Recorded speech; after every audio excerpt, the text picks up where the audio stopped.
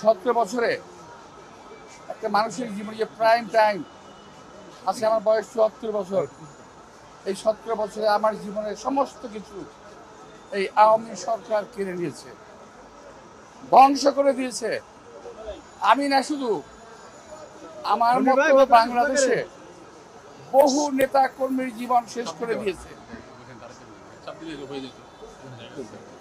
বহু নেতা কর্মী, আমি আজকে হয়তো আপনারা দেখলেন যে আল্লাহর রহমতে 17 বছরের পরিশ্রম, আল্লাহর রহমতে এই রায় আমরা অর্জন করেছি। এই 17 বছরে আমাদের বহু কর্মী নিহত হয়েছে, জেলখানায় মারা গেছে, বিনা চিকিৎসায় জেলে মারা গেছে। এই 17 বছরে বহু পরিবার ধ্বংস হয়ে গেছে। একইভাবে আমার পরিবার ধ্বংস হয়ে গেছে।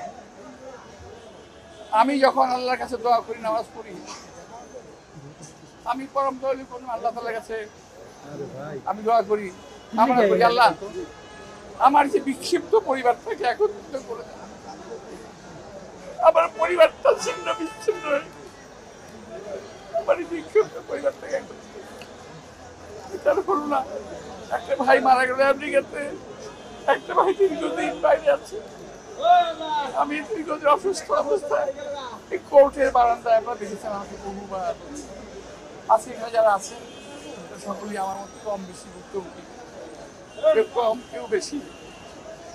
আমি বিশ্বাস করি আল্লাহর যে রহমত, আল্লাহর যে বিচার, এই বিচার থেকে কোনো মানুষ রেহাই পাবে না। আল্লাহর রহমত যেমন আমাদের উপর বর্ষিত হয়েছে, তেমনি আল্লাহর বিচারও তাদের উপর বর্ষিত হবে। ওরা যে যেখানে আছে ওখানেই শাস্তি পাবে।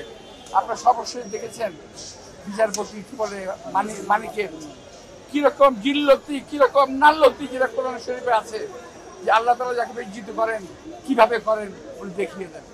তো আমি জানি, আমি চাই আল্লাহ তাআলার কাছে সেই বিচারটা।